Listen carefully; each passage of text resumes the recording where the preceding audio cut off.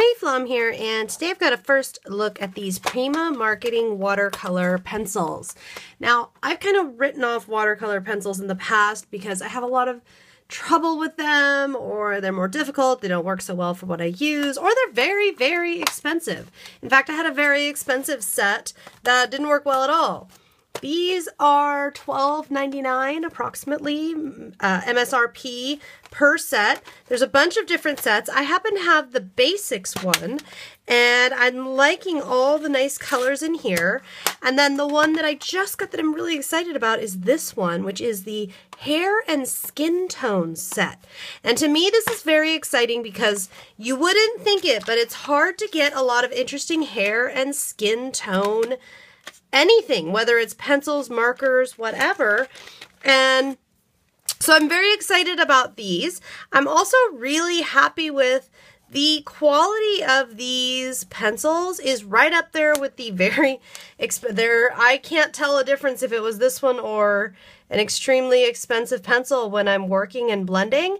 This is the Prima water brush, but any water brush, or in fact, you could easily just use a paintbrush and dip it in water. In fact, that's what I do a lot.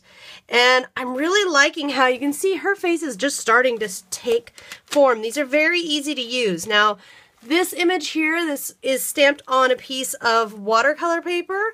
I'm finding I'm getting really nice blending with watercolor paper. The two things that I'm doing to make sure I don't get streaky lines, if I do, say, draw like that and come in here to blend it, it does blend fairly well on the watercolor paper, but as you're going to see, even if I blend it really well, I will still have a visible zigzag where I first went.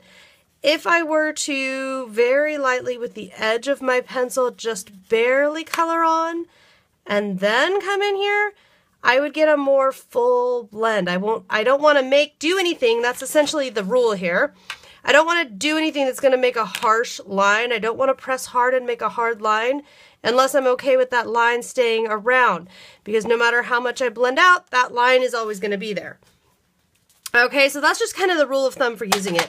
I like it with watercolor paper because watercolor paper is designed for all of this wonderful blending and coloring. What I really like about their water brush here is that it's big. It's big, it holds a lot of water. I'm getting a lot of craft projects done with it, and it's working really well. So here you can see I just put that little tiny bit. That's something that I like to do with the stamped images. Just put a little tiny bit along the line so that if I have a little bit of that line show up, it's not a big deal because it's just going along with where that line was, okay? So that's one option, watercolor paper. If I'm working on plain cardstock, like here is just a plain piece of cardstock, okay? Even if I'm very light with it, it will still blend pretty well. I'm actually kind of impressed with how well it blends on plain cardstock. Another really fun option for these would be to doodle, and I'll use some actual color here instead of the neutrals. The blue one pops out. So here I have my art journal, and it has a gesso coating. If you put a gesso coating down on your paper, on your art journal, it's kind of interesting because you will be able to really blend. In fact, you'll be able to blend, maybe not all the way, you know, I drew kind of a hard line, but you're able to blend really nicely. I'm really becoming a fan of, in my art journal, if I want to do color blending, of using that. Another way I've been using these, I have been using these on molding paste. Apply the molding paste, let it totally set and dry, and then I will go back in with some water and just color over the area and then color with the pencil. And I'm really loving the rich colors that I'm able to get.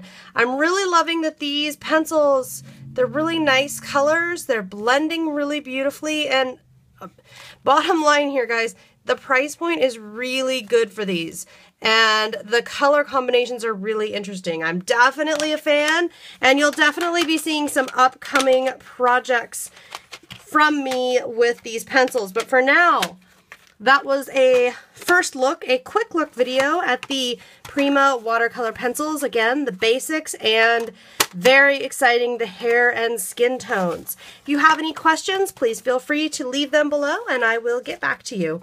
See you next time.